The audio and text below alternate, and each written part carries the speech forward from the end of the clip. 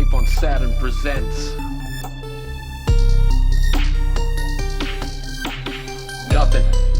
We got nothing. We got nothing. We got nothing. Nope.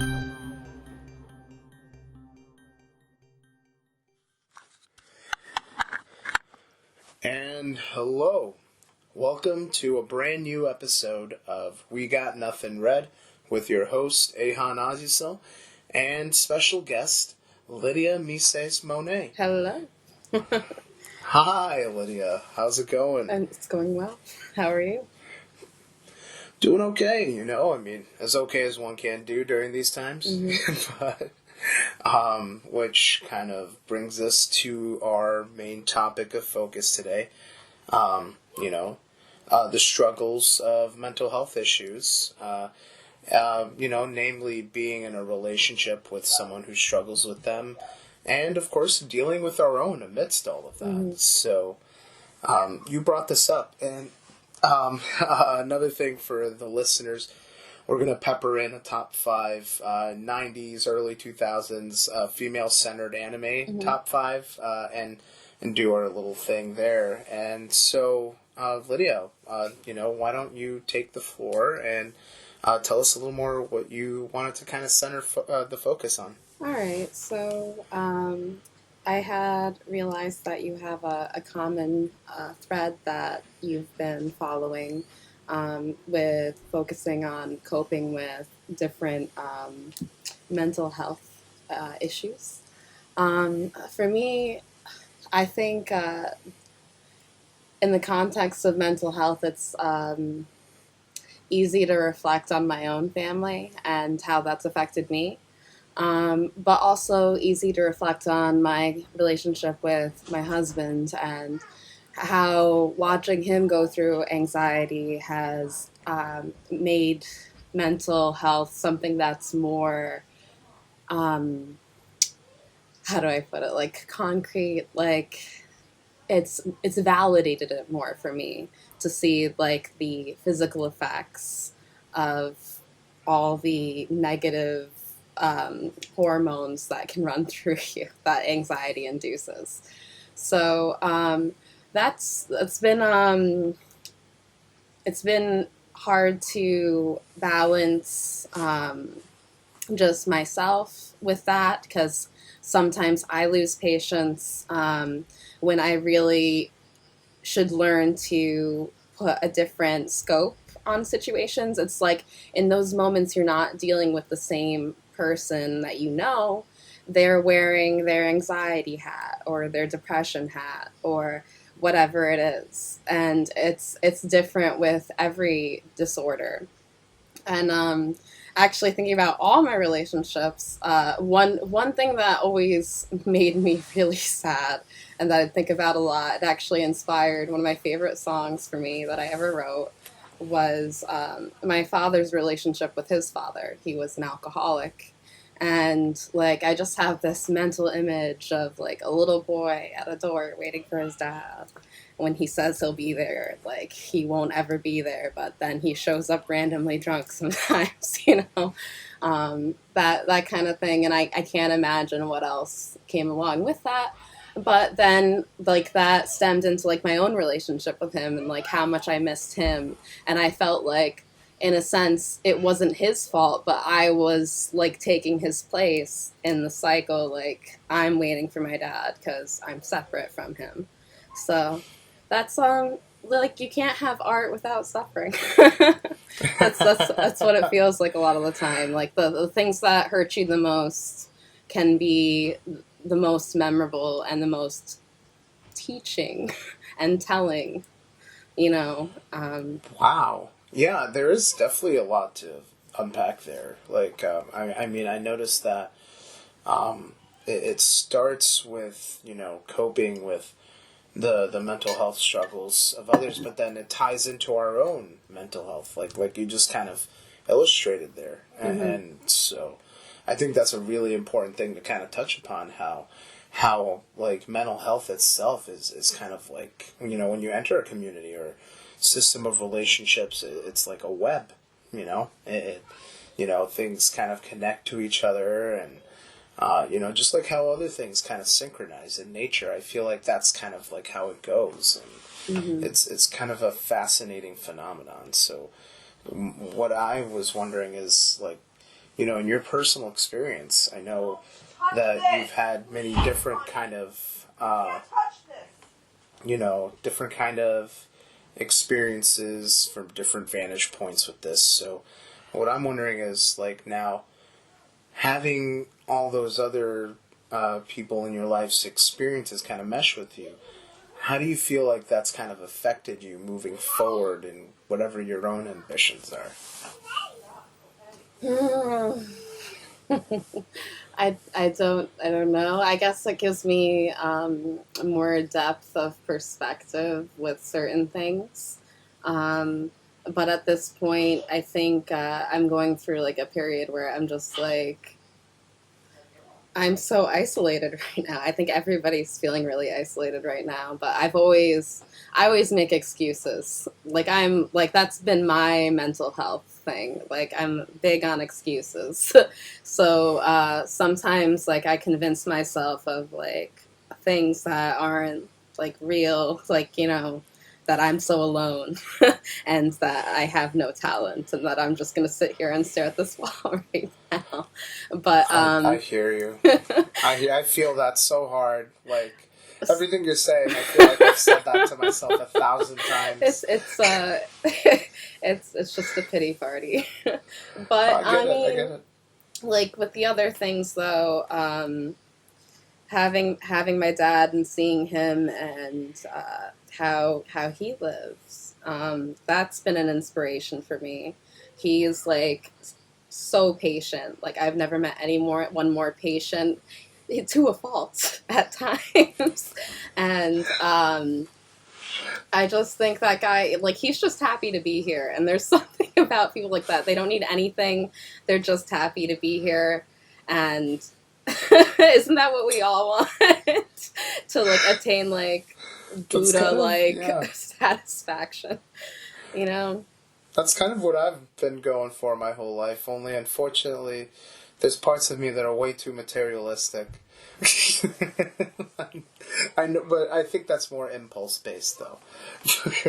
And then with my husband there, it's easy to try and delve into these things if I don't let the excuses get in the way.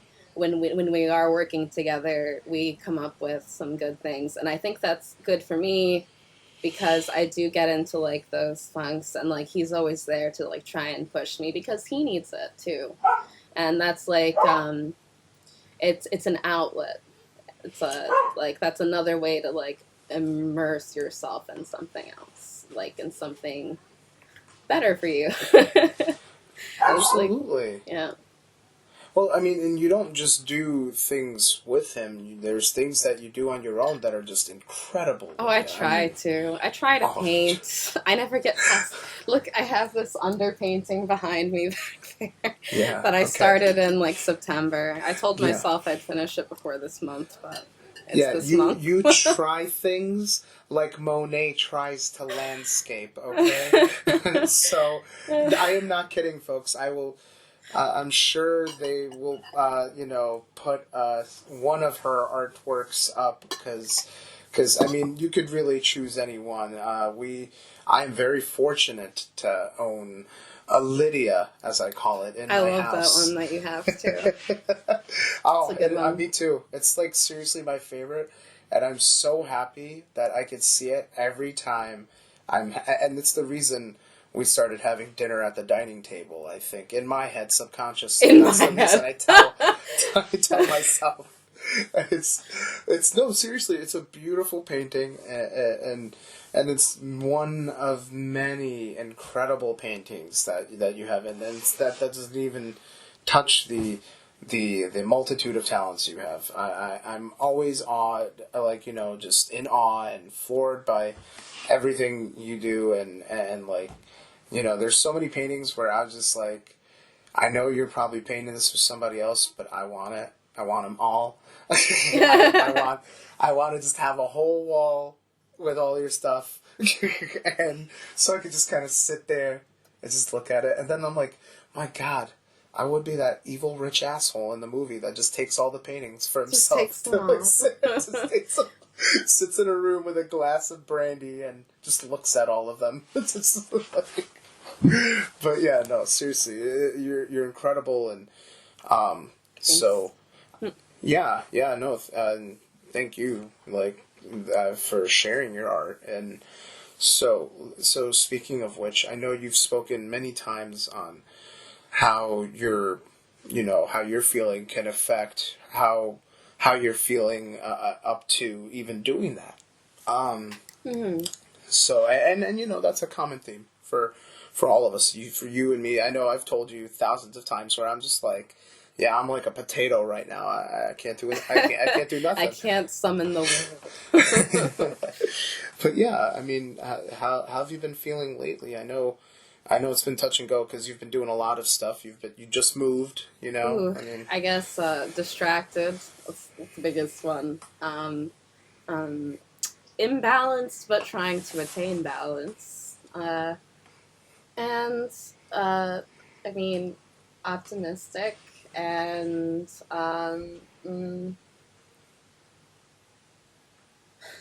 self-aware. yeah. That's how I feel right now, honestly. Like, because I just, like, I'm really struggling trying to learn several things for, like, my brother. So that has nothing to do with my art. That has all to do with, like, administration and learning business and stuff. So that feels like a lot, especially trying to cram it into, like, a part-time 30-hour work week. Oh, absolutely. Yeah. So that's been like a little bit of a damper on like my other things that I want to do, but like I said, I'm trying to achieve balance, and I'll try and get myself to do more projects. What I've been doing now is kind of like I can't show you anything right now because I don't want anyone to see them, but I've been stabbing wool. Making those little felt creatures. Yeah. It's so easy to, like, step away from. I think that's one of the things that keeps me from painting is, like, I don't have, like, an efficient, like, setup to where I could, like, just clean everything right there. So it's like, oh, I'm going to make a mess. Then I'm going to have to clean everything. And, but, like, with the felt, it's just dry. And then you could, like, leave it and then, like, step on it, it'll be fine. Like, it's, you put it down, pick it up, toss it in your bag, bring it with you wherever. It's convenient. Shannon Stott Rigsby got me into it, and it's nice. I know, it's a fun art, and she's gotten, speaking of ridiculously talented people like that, she's just taken that thing to a next level art form. Like, yeah, the figures I've seen her make, I'm just like, sometimes I look at them and I'm just like, why don't we even try anymore? They're adorable. No, seriously, that's awesome. And that's cool. I mean, we all have our own outlets and stuff. And I mean, I personally, whatever it is you do, I know I'll be excited to see it, and whoever else will be as well. So, and it's awesome that you're doing things for you too, because, like, you need to do that. And in this day and age, also looking out for each other, that's pretty big too. I think we've been pretty fortunate to have a good group of friends that kind of do that, Mm-hmm. And yeah, so that's pretty amazing though. And definitely let me know if and whenever you do start painting again, because I would 1000% like want to commission you to do something like ridiculous, and I'd pay you like really good for it. I promise. I'm not. Right. But I promise you though, it will be ridiculous. I mean, shoot it my way. It might take me years to contemplate it. That's fair. I promise I you. hope I finished this one, though. This was supposed to be a Machu Picchu, and it was actually coming out. I love the underpainting. I'll show you guys right now. Oh. There it was. Did you see it? Oh, yeah. It was just so quick. If you blink it, you miss. You got to pause, folks. But that's cool. That's really cool. Oh my gosh, Machu Picchu. Machu Picchu. My gosh. Oh man. I was just thinking about, like, you know, being down in South America and, like, just how cool that, like, yeah, that's, I can't wait to see that. That's cool. Well, so now, I guess this would be a good segue to move on to our top 5 animes. So we are both, you know, big fans of female-centered animes. And, of course, you know, that, you know, it runs the gamut on genre, so we didn't want to limit ourselves. And even within the slice of life, there's different kinds of genres within there. So, I mean, that's the beauty of anime. There's, it's an infinite vortex of subgenres that you just basically get lost in. So I guess, why don't you start by giving us your list, Lydia? Oh, my whole list all at once? Well, yeah. You could, you know, you could just kind of give each one with kind of a brief synopsis of what it's about, and yeah, and then we can, you'll see what I do after I give my list. Will be okay. It's like so you think you can dance, you know.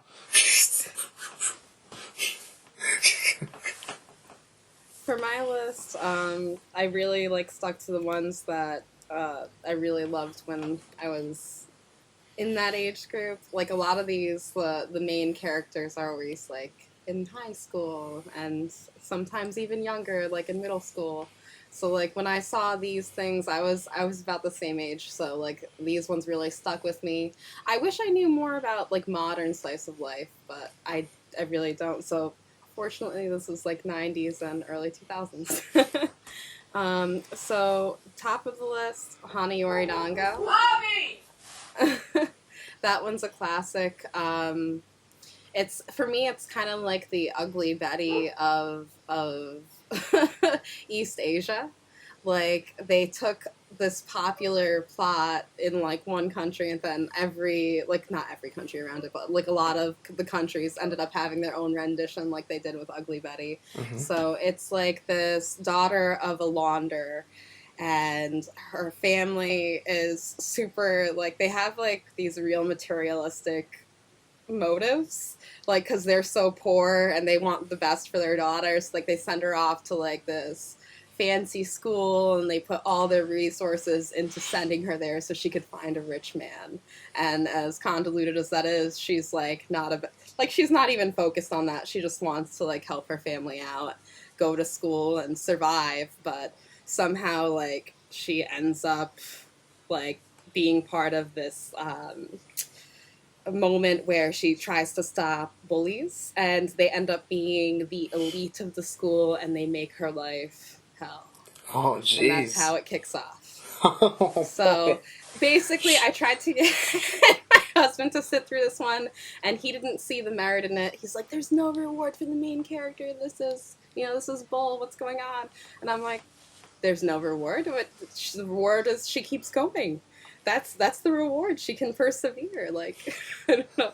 All right, so that one I highly recommend. It is very it's dated. They've got beepers. It's cute. You know.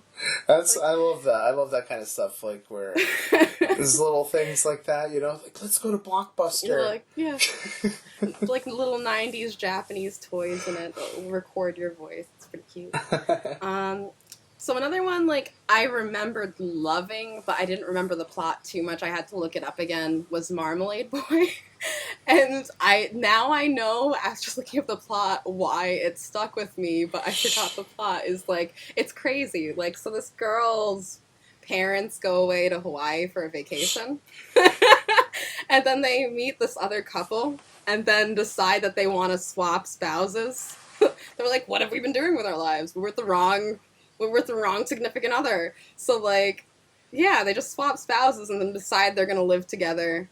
And then, if that's not crazy enough, the guy, the other couple has a son, and he's, snooty and terrible at first in her perspective. But then she starts, thinking, hey, he's cool. Oh, no. I'm falling in love. Yes, it goes there. So, wow. And that's in 1994. That's Marmalade Boy. That's yeah. That actually does sound really fascinating. I definitely might want to check that out. Yeah, it's like all these are like all about relationships and developing and like how this affects that. It goes pretty hard. Like, I don't know how these animes are today, but they might be even crazier. But what I did hear, like I looked up Marmalade Boy again, and in 2018 there was a live action movie. You know what? I want to say I did see something like that on like Netflix or something once. Yeah.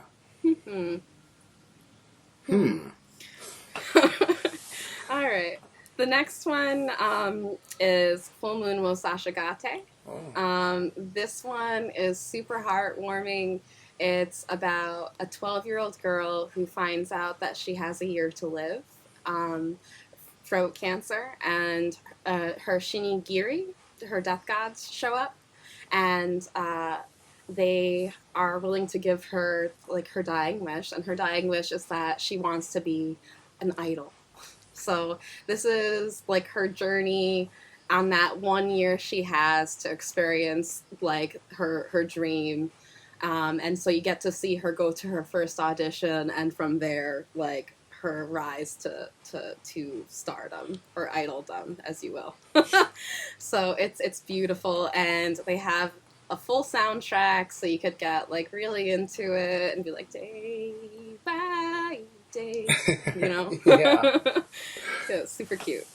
Highly recommend it. It's like 52 episodes long. Oh, that's cute. You won't want it to end. Aww. Yes. The next one, this one actually scarred me. It's like I don't know how other people like felt about this, but when I got to the end of Nana, like the anime that it came out in 2005.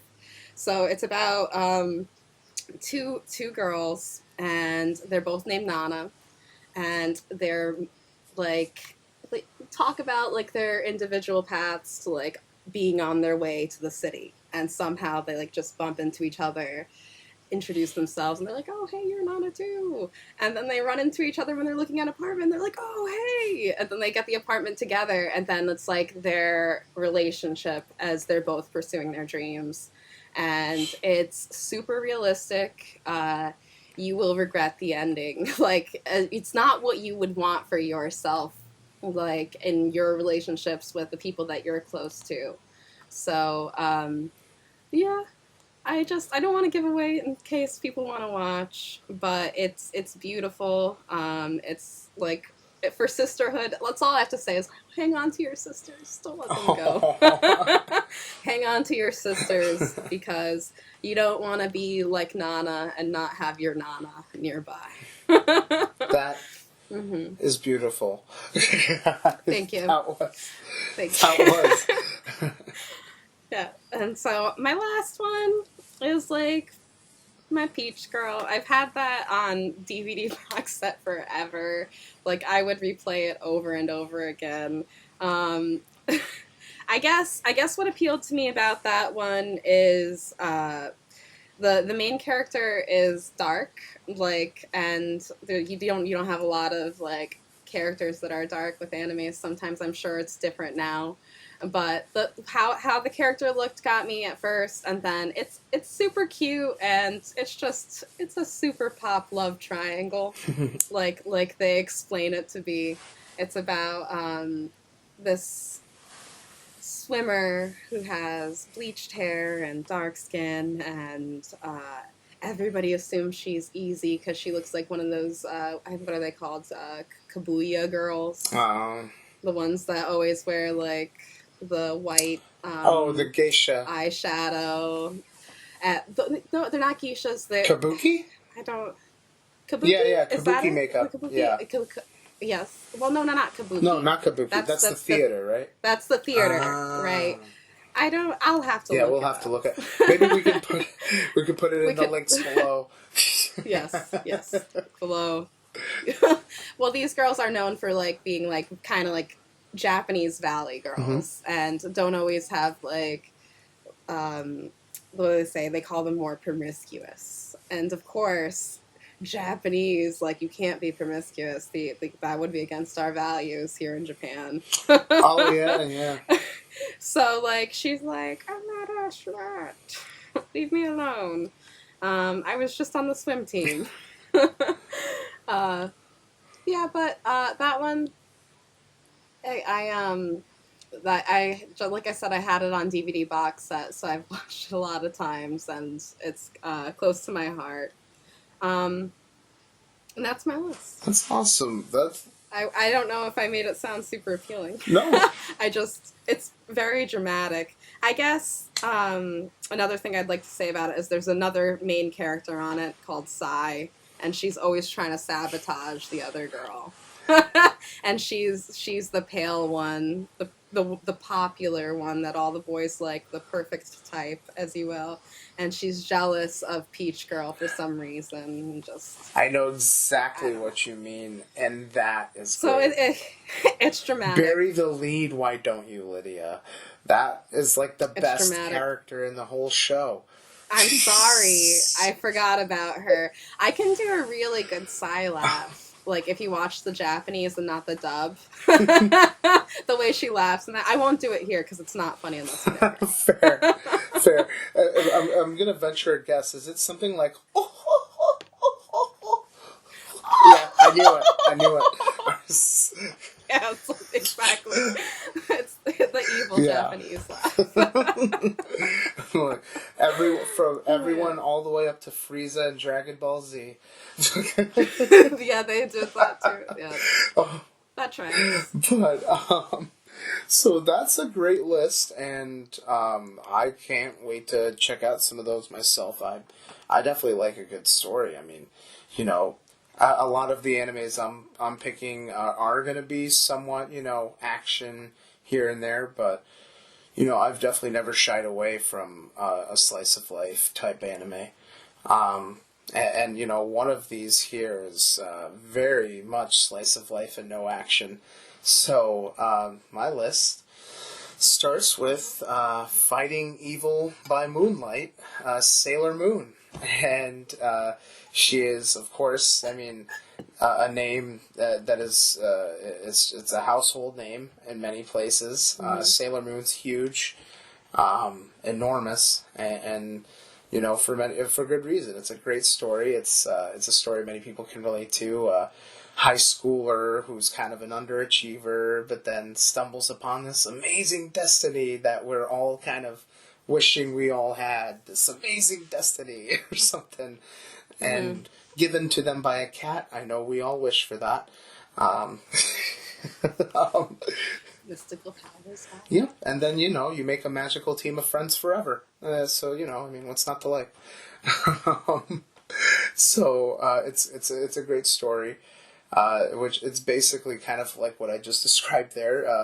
An underachiever who runs into a cat who gives her magical powers to find the Moon Princess and also, you know, fight the evil forces of the Dark Kingdom. So, it's a great story. So many different characters, which you'll find that a lot in anime. You know, several different characters that they'll follow. And, you know, I definitely recommend it if you haven't already checked it out. There's even a new version that they've brought back 20 years afterwards. So, you know, definitely has some staying power. But, so my number 2 is one that I've actually mentioned in another anime episode, Air Master. And this is a female-centered anime, and it's actually fighting. It's a street fighting anime, which is really cool. And what I liked about it was it happened in the early 2000s. And, you know, we're seeing a lot of things, you know, we've seen it all throughout time, but now, you know, you're seeing it with...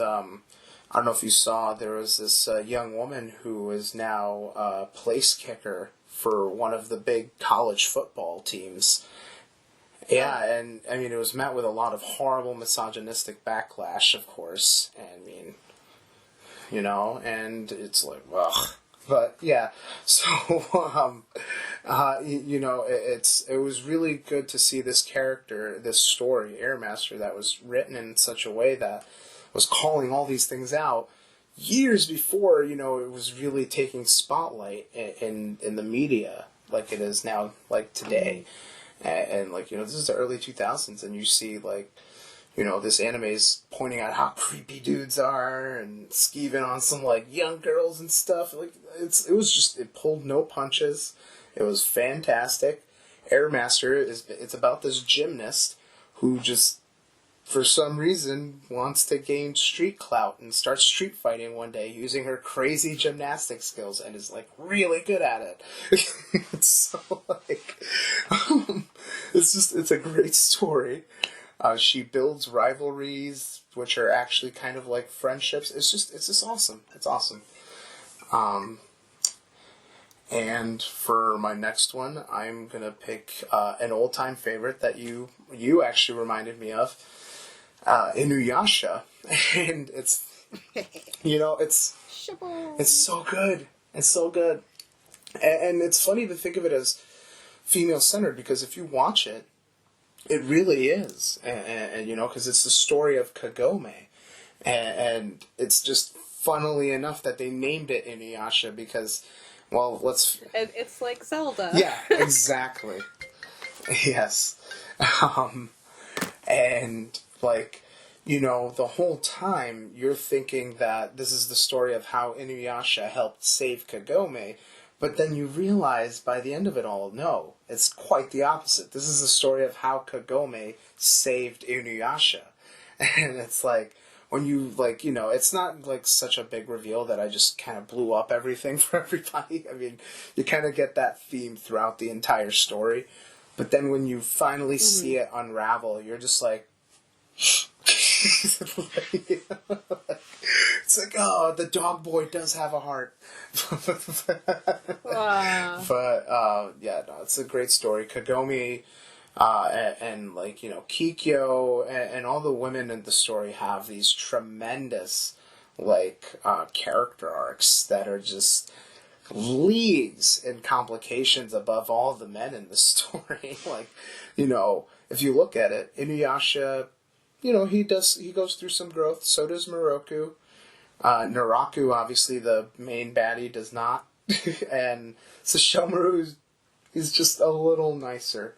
He's By the end. teensy bit nicer. He will not kill. Like, he wouldn't kill his brother. Right. He wouldn't kill him on sight. That's the. Yes, on sight. Or my favorite exchange between them was Inuyasha, I could headbutt you, and then Sesshomaru says, you're not tall enough, and then Inuyasha says, you've sunken low enough that I can reach. It's just one of my favorite little barb exchanges. Like, no love lost between them. But moving on, we're going to Cardcaptor Sakura, which is another super fun anime filled with magic, fun rides. It's about Sakura, this young woman who accidentally releases all these magical creatures with this pack of cards, and basically similar to, like, kind of tarot cards almost. So, you know, and people who are magically inclined can collect these and gain these magical powers. And Sakura happens to be one of those people. So she now has to basically retrieve all these cards that she let out of the pack, and she's like, ah! You know, and it's great. It's great, you know. Who doesn't love one of those stories where someone's like, no, I got to clean up my own mess I didn't know I made. So those ones are always good. And of course, finally, to my favorite, and the one I saved for last because it is the most slice of life in the same vein that you were talking about, which is Skip Beat. One of my favorites. I actually loved this before it even became an anime. I read the manga for a long time before this. It's a wonderful story about this young woman who is deeply, madly in love with this guy from her high school. And, he's a rising star. And he's becoming an idol. And when he finally gets signed, she finds out that he only liked having her around as, like a servant, basically. Like, oh, you clean up after me and stuff. And so, of course, she's heartbroken. And he basically disses and tosses her as soon as he gets signed. So she's just furious at this point, which is great because then you see the fire in this character. Her love turns to hatred. So good. It's so good. And so she basically says, no, wait a minute. I'm going to become a famous idol, and I'm just going to basically snub you. So she goes to work on it. The guy's basically laughing at her the whole time until some other idol that this guy's competing with ends up taking a liking, I guess, to this character, which presents her an opportunity to get into the show business, where she's just like, okay, all right. So she's using this guy as a tool. She hates this guy at one point, and before you know it, of course, it becomes not so much a love triangle, but she's just starts seeing the value in the one guy that she met afterwards, and then the other guy, of course, now having seen her value, is like, oh crap, man, oh, I shouldn't have this or that, and it's basically like a career move. This guy, he has no redeemable characteristics. He's awful. But yeah, Skip Beat is so good. The main character, that is very good. It's also so hilarious. Funny. Oh my gosh. That's I don't know how I forgot about it until you mentioned it, but I definitely read the mangas too. I remember when her hatred was first emerging, they illustrated it as a Pandora box. Oh yeah. Oh my gosh, I totally forgot about that. That was such a great with the locks around it, they just explode. So yeah, that's the list there, and I thought in a way to kind of just tie this up in a neat little bow. I know I use a lot of these animes to sometimes kind of subconsciously think about all the things we talked about earlier today, and kind of just mold those three. I mean, do you find yourself doing that a lot, or? Yeah, I think that's why I pick the animes that I do. It's there's always something that's super relatable. With Peach Girl, she's super strong, and Sai uses it against her. She's like, oh, that's the kryptonite. Always look weak next to the strong one, and everyone will assume you're the victim. So I feel so many times I'm being stern in moments in my life, and then people don't own up to it, and then they're like, oh, she's just bullying me, help. And I'm like, what are you doing? That's relatable. So that's definitely there. And then with Hanayoridongo, she's just trying to do the right thing all the time, and she doesn't want anything from anybody, but what's really inspiring about her is that she's willing to speak up no matter what, and she's willing to take the punishment. So I don't know, slice of life isn't really for everyone. You're right. But it's definitely relatable for me with the ones that I do choose, and I'm looking forward to finding more, because I know that they're Skippy. You should just rewatch that. That's a really good one. It is. It's very good. So, well, Lydia, I want to take this chance to thank you so much for coming on to the show. And also wanted to ask if there's anything that maybe you want to perhaps promote on the way out. So I'm getting into felting. That's the thing. Promotion-wise, I guess, illustration-wise, Dom and I do a lot of stuff together. I enjoy coloring his work. So we're good for vector design. I can do vectors, vector graphics for businesses, logos, and in general, we've been trying to get more into cinematography, with the filming. So definitely looking for opportunities to film different businesses for some commercials to get some exposure. We got a couple new toys. I just purchased us a gimbal within the past few months, and then we also have a small little Mavic mini drone that I've been flying You got around. a drone? I did. That's It's awesome. cute. It's I can't remember how much it weighs. I think it's less Yeah. than 3 grams, It which is. is It is. tiny. So you don't have to register it for flight. You can just go into the air. That's I took awesome. That's really Yeah. cool. Yeah, it's cool. So we could get those aerial shots and whatever. We have we have some people that we'll be working with for music videos. So look out for our latest track from Solar. I think it's called I'm on Awesome. My Way. So I did a lot of the camera work for that one, and I'll be doing like the color grading and things. That's amazing. Yeah, I mean, I love Yeah. your video work. I mean, I saw what you did with, CJ's video. Like, I always tell Dom, like, that's, like, one of my favorite things. Like, it's my dream to have a video where, like, words are popping up and stuff. Like, that's the coolest thing in the world. That, to me, is, like, I'm like, okay, that's it. That's, you can die now. That's cool. We could do that's that. the coolest That's you can be. doable. No, just So, yeah, my sister, she's going to school for animation, so she's on like this kick where she needs help with creative content because it's super.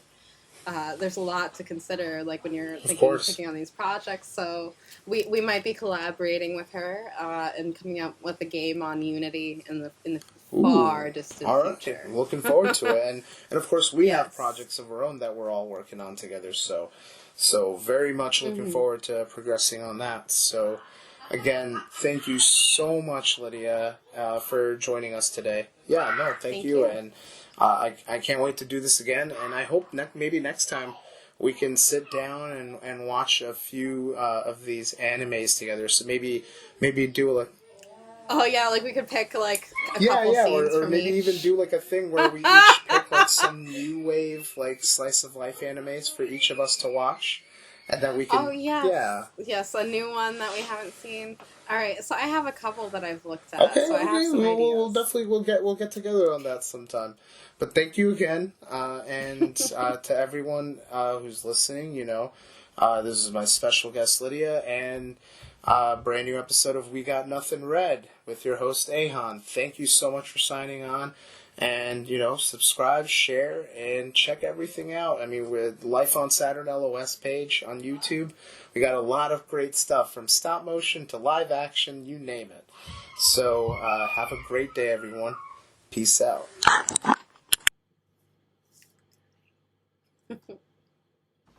Hey, I'm Saturn Lunar Nova. Be sure to follow Life on Saturn Productions on Twitter, YouTube, Instagram, and Facebook to see our short films and music videos. Peace.